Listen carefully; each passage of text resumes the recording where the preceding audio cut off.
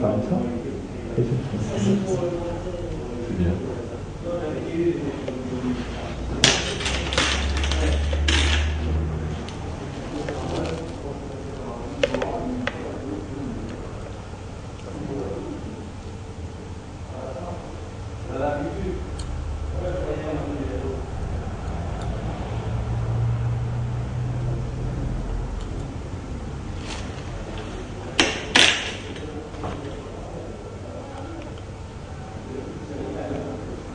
Alors je sors ma vis de cicatrisation, je la mets dans mon petit godet stérile et je récupère le transfert pick-up.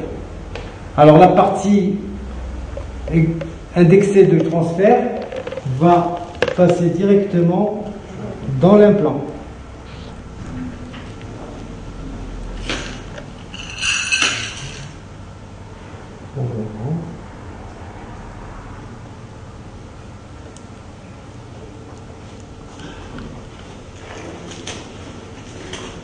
Alors le transfert est vissé, bien bloqué. Ensuite, le reste, c'est très simple.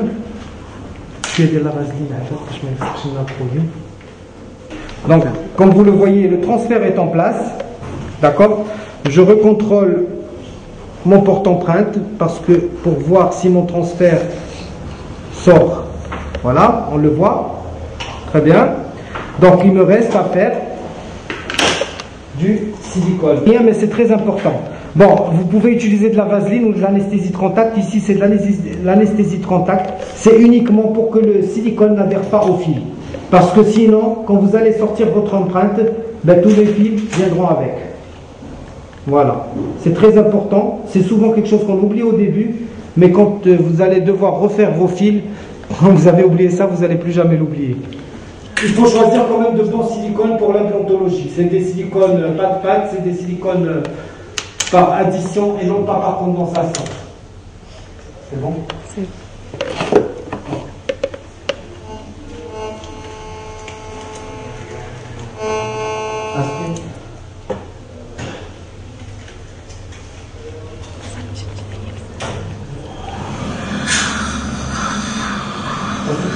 C'est bon. Donc, je démarre mon light.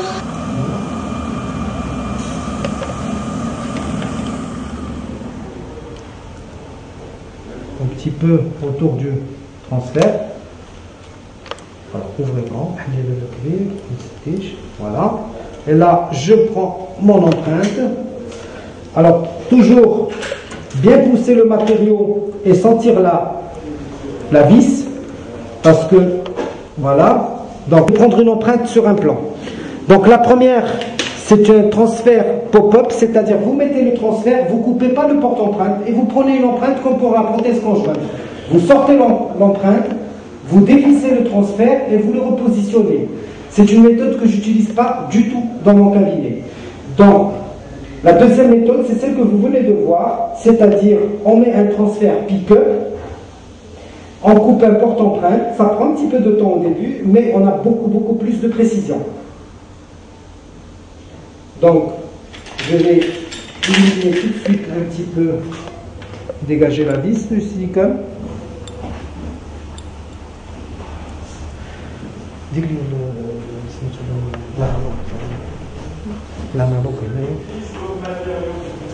C'est du silicone de chez 3M.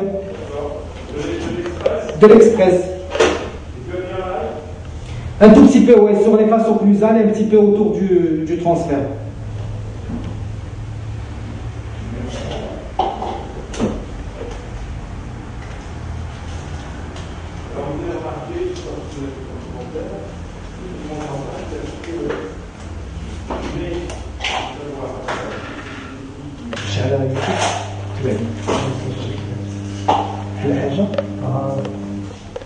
Donc le matériau a pris. Donc je vais d'abord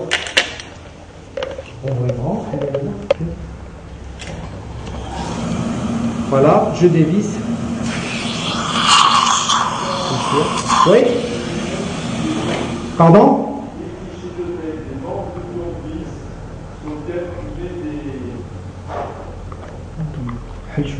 Il existe chez Biotech des manches de tournevis qui vont te permettre d'avoir un tournevis très long. Voilà. Donc on va pouvoir manipuler beaucoup plus facilement pour démonter ces pièces que d'avoir. Voilà. C'est très important. Donc il ne suffit pas de la dévisser, mais il faut l'enlever. Parce que ça, quand vous allez tirer votre porte-empreinte, on ne va pas savoir où est-ce qu'il part celui-là. Donc il vaut mieux toujours bien l'enlever. Comme ça, on est sûr qu'on a bien dévissé et on est sûr qu'il n'est plus en bouche. Donc mon silicone, il est bien pris. Il suffit tout simplement de désinsérer mon empreinte et mon transfert d'empreinte, il vient dans l'empreinte. Voilà. Donc, je vais le donner à l'assistante, elle va le laver un petit peu. Là. Hein, le flèche.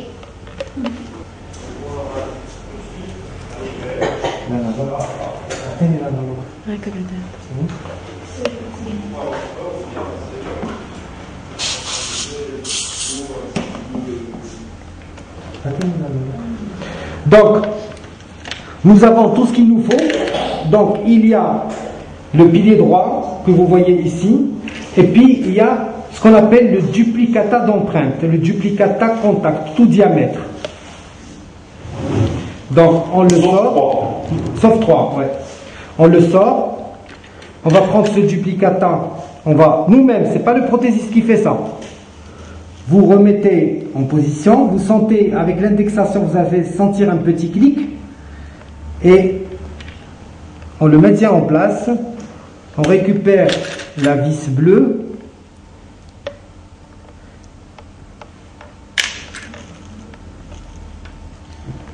Donc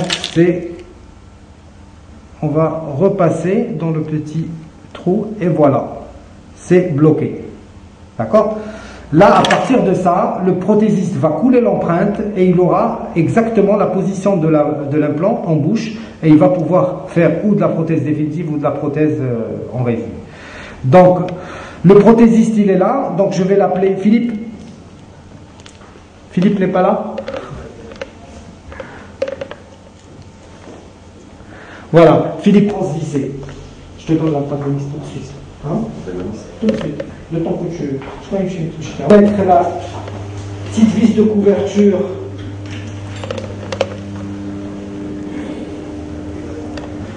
Voilà. Moi, j'aime bien manipuler avec cet instrument parce que je le trouve beaucoup plus pratique. C'est un instrument qui est fabriqué par Antogir et qui est compatible à toutes les marques d'implants.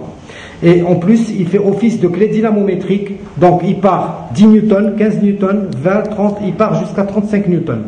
Donc, c'est très très pratique. Quand on a fini la prothèse, on peut serrer avec la force qu'on veut. Et puis, quand je travaille comme ça, en vissant et dévissant, je mets 10 newtons. C'est largement suffisant, surtout quand on est en col morse.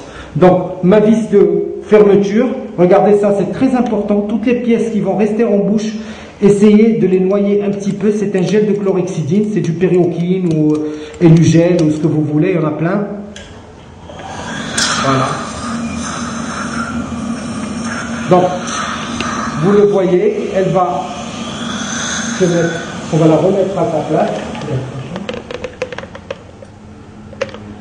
Voilà.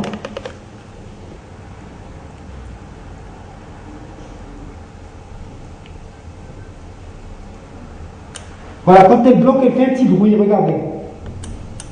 Vous l'entendez? Voilà. Oui. Donc là, c'est pas encore fini, il me reste encore l'empreinte du bas en alginate à prendre.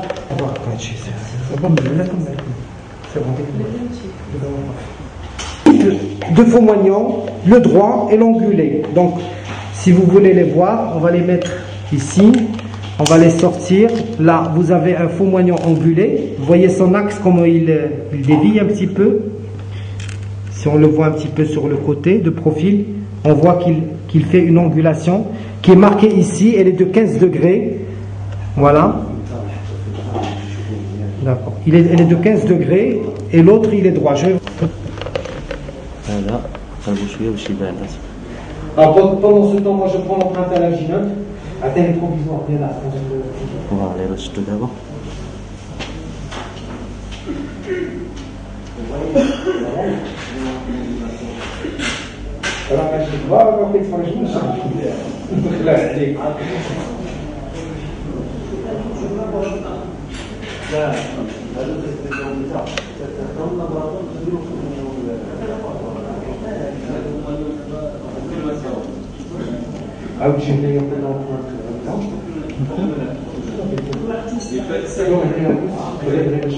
Et je vais laisser souffler la patiente. Voilà. Donc j'ai remis tout à l'heure la vis en cicatrisation, je recontrôle mon lambeau, toujours bien contrôler ses sutures après les empreintes, parce que parfois il y a on coupe certaines fils avec les matériaux d'empreinte. Ça fait que ça. Ont été coulés, donc l'analogue il est noyé dans le plâtre, donc il y a plusieurs méthodes pour faire le choix d'un faux moignon. Donc déjà avec la vis on peut savoir, alors pour des raisons anatomiques on était un petit peu incliné, donc on voit que l'axe de l'implant il sort en vestibulaire, donc normalement on va passer par un pilier angulé, mais je vais vous montrer, on va mettre un droit et vous allez voir la différence. Donc là c'est un pilier droit avec un méplat à l'extérieur, à l'interne, et le congé du faux moignon. Donc en mettant l'implant, comme je vous ai dit tout à l'heure, il fallait repositionner le petit point noir en vestibulaire, c'est pour qu'on puisse avoir ceci, c'est-à-dire le méplat à l'intérieur et la partie la plus basse du congé en vestibulaire. Mais un pilier droit ici va nous donner une prothèse très vestibulée. Donc on va changer ce pilier là et on prend un pilier angulé qui va nous permettre de corriger cette angulation. Vous le voyez très bien, le pilier maintenant dans son axe il est exactement à la ligne des sillons, et donc il suffit de le bloquer avec une vis. Où est-ce qu'elle est la vis? Il l'a ramassée. Bon, c'est pas grave. Il va le bloquer avec la vis, il va le réduire en hauteur, il va créer des rétentions, il va fabriquer la prothèse provisoire tout de suite. Donc vous verrez la suite tout à l'heure. Donc dans ce cas-là, on va utiliser un pilier angulé et non pas un pilier droit. C'est bon.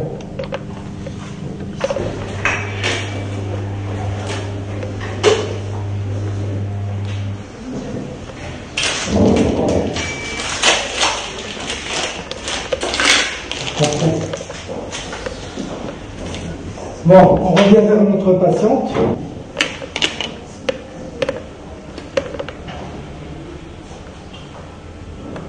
Alors la petite vis de blocage, elle est toujours plus foncée que l'autre. C'est une vis qu'on va utiliser maintenant tant qu'on est sur du provisoire et tout. Le bridge, la petite prothèse transvissée, elle est là. Donc il n'y a pas de scellement. Le faux moignon, il est pris dans la résine grâce à une petite rétention. Et puis, moi je fais toujours exprès de mettre un petit peu la résine un peu épaisse pour soutenir la gencive. Donc, on commence toujours par mettre un peu de chlorhexidine, parce que ça va rentrer en contact avec des tissus et ça permet de désinfecter localement. Voilà. On va positionner. Voilà. On repositionne en bouche. C'est pas grave, on va contrôler l'occlusion une fois vissée. On peut retoucher directement en bouche. On fait glisser la vis de fixation. Voilà. La vis, elle est guidée.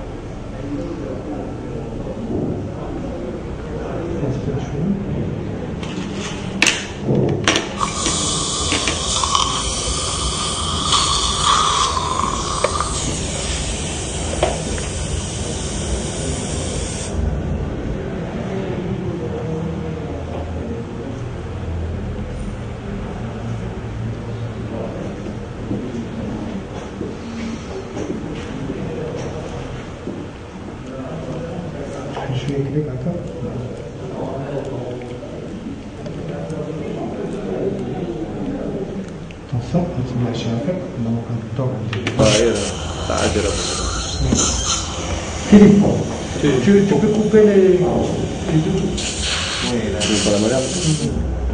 Pas parce que pour un besoin. Voilà. On va séparer les deux pièces prothétiques. Vite fait.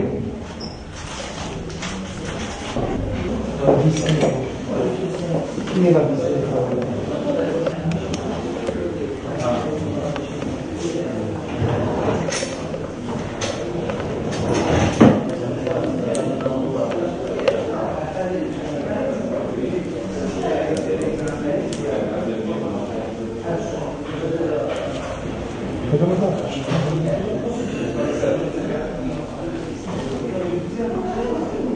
Voilà. Voilà la prémolaire en place. Alors, avec ce genre de faux moignant, quand vous le faites rentrer, vous le faites glisser dans l'hexagone de l'implant, il faut entendre un petit clic qui signifie qu'on est bien à fond.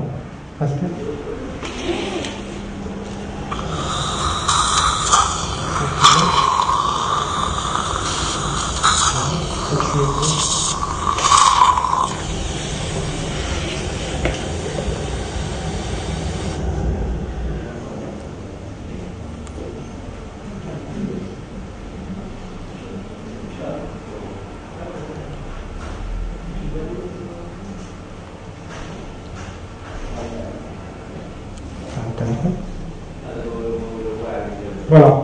Donc, j'ai demandé exprès une prothèse largement en sous-occlusant. Comme vous le voyez là, c'est flagrant. Attends, le papier articulé. On va prendre le papier articulé pour reconfirmer. Donc, on est en sous-occlusant parce que le but, c'est uniquement de retravailler la gencive et de donner l'esthétique à la dame.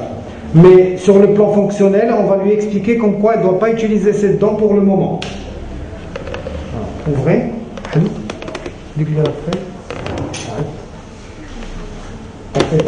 Tapez. Toujours contrôler avec le papier articulé. Il ne faut pas qu'il y ait. Voilà. Là, on voit que ça touche en palatin. On va le réduire tout de suite.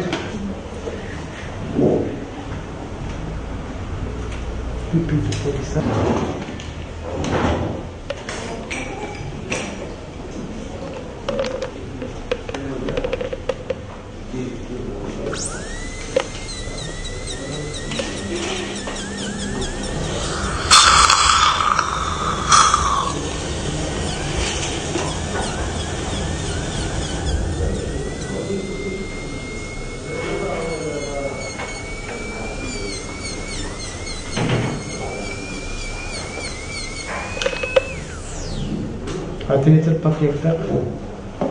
Alors, papier là.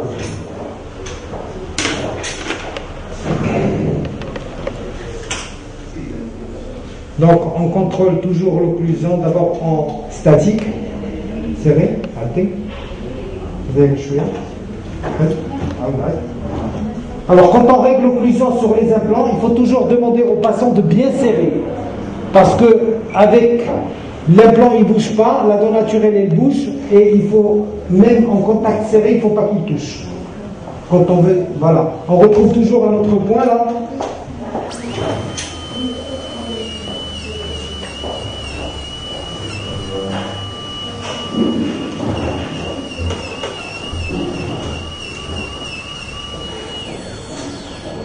Papier 4, serré, assez, زي الميزان. Très bien, ouvrez, allez. Là, donc regardez le point de la prématurité qui se déplace. Donc là, on a encore un petit peu, et là, maintenant, il est en mésial. Bon, quand je suis en mise en charge immédiate, je coupe bien, quoi. Je ne veux pas que ça touche. Je dis les brossettes un petit peu tranquille, quoi.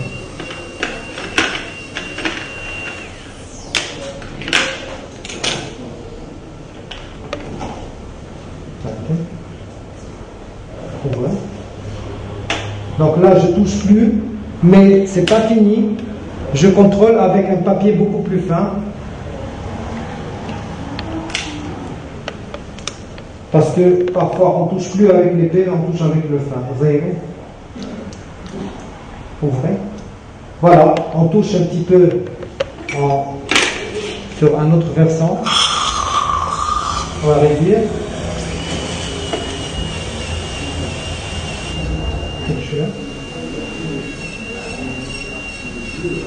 Pas de diamanté. Hein? Alors on peut très bien travailler la résine en bouche, à condition de la travailler avec une très faible vitesse et de la polir correctement. Parce que ça nous évite de visser, de dévisser, c'est pas bien, l'implant est encore frais. Serrez.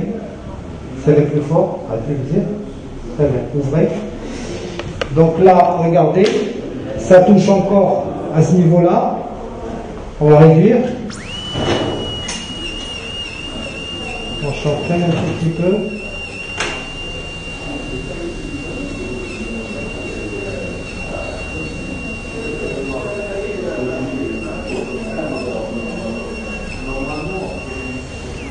Voilà. Donc maintenant, je vais demander à la patiente de serrer. Serrer l'hymen à l'essai, elle a le chimska ou le chimska. Serrer l'hymen à l'essai. Grincer. Voilà, je gère pour la devant. Voilà, on contrôle les latéralités, ouvrez. Alors en latéralité, elle touche encore un petit peu en palatin. Voilà.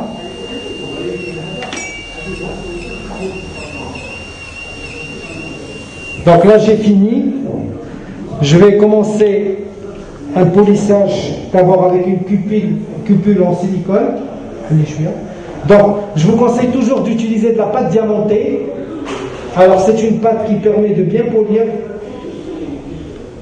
Voilà, je mets un peu de pâte diamantée. Je réduis ma vitesse toujours.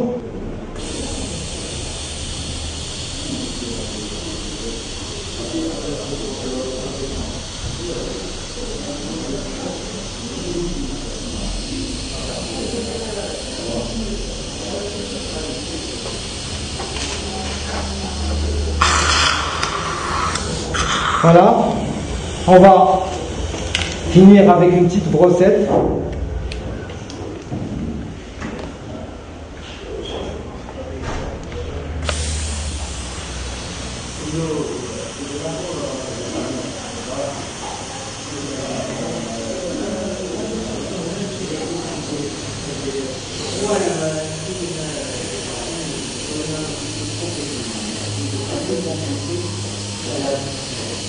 Voilà.